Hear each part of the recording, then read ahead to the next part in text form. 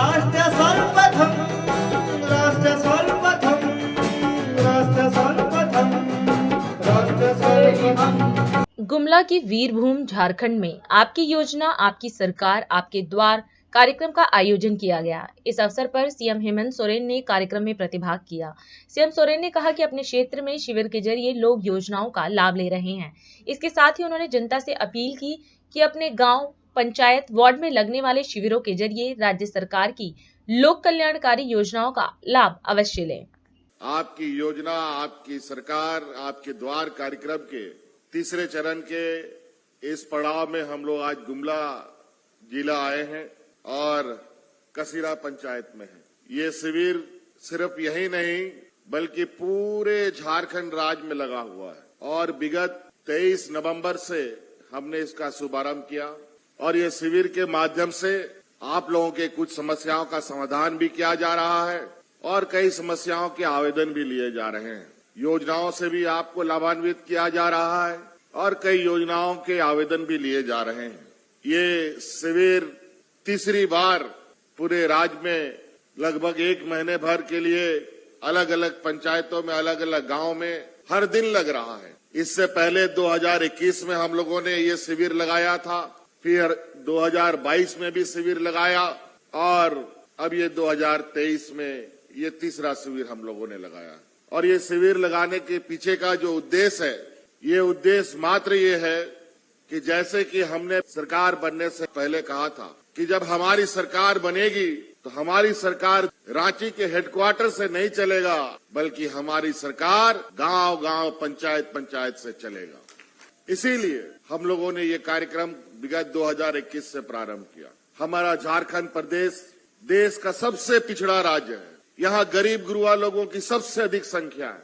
यहाँ मजदूर, किसान तबके के लोग अधिक हैं। 80% जो लोग हैं इस राज्य का हमारे गांव में रहने वाले लोग हैं और आज कई ऐसे गांव हैं, कई ऐसे लोग हैं हमारे गांव में जिन्होंने कभी ब्लॉक कार्यालय नहीं देखा, कभी बीडीओ सीओ को नहीं देखा और डीसीएसपी को तो बात ही बहुत दूर है। इसीलिए हमने ये तय किया है और हमारे बेचारे ग्रामीण अपने कामों को लेकर दलाल और बिचौलियों के चक्कर में फंस जाते थे। इसीलिए हमने सोचा कि ये सरकार अब किसी को ब्लॉक नहीं बुलाएगी, किसी को जिला नहीं बुलाएगी, बल्कि खुद ब्लॉक कार्यालय उसके घर के दरवाजे में जाएगा। पहला जब हम शिविर लगाए तो 35 लाख आवेदन हमको मिला। दूसरा शिविर लगाए तो लगभग 55 लाख से अधिक शिविर हमको आवेदन मिला हमें उन शिविरों से। इतना ज्यादा समस्या गांव में कैसे रह गया विगत 19-20 वर्षों में समझ में नहीं आया। शिविर की समस्या इतनी बड़ी थी कि हम लोगों को समझ में नहीं आया कि इस काम को कहां से शुरू किया जाए।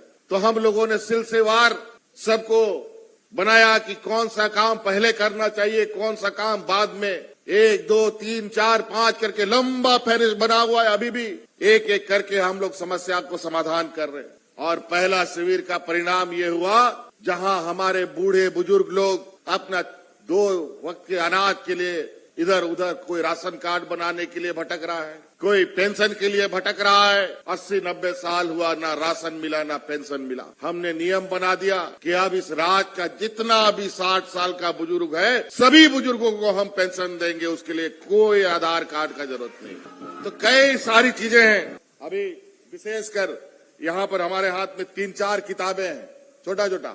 ये सारी किताबें हमारे स्कूल के बच्चों स्कूलों में भी जाएंगे, हमारे स्कूल के लाइब्रेरी में भी जाएगा।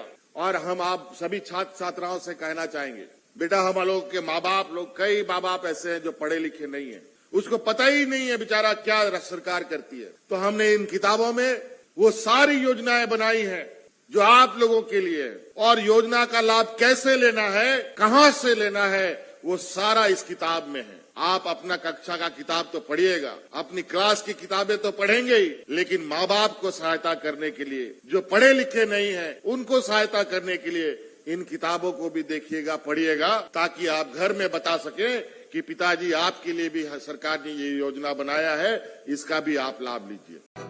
राष्ट्र सर्वप्रथम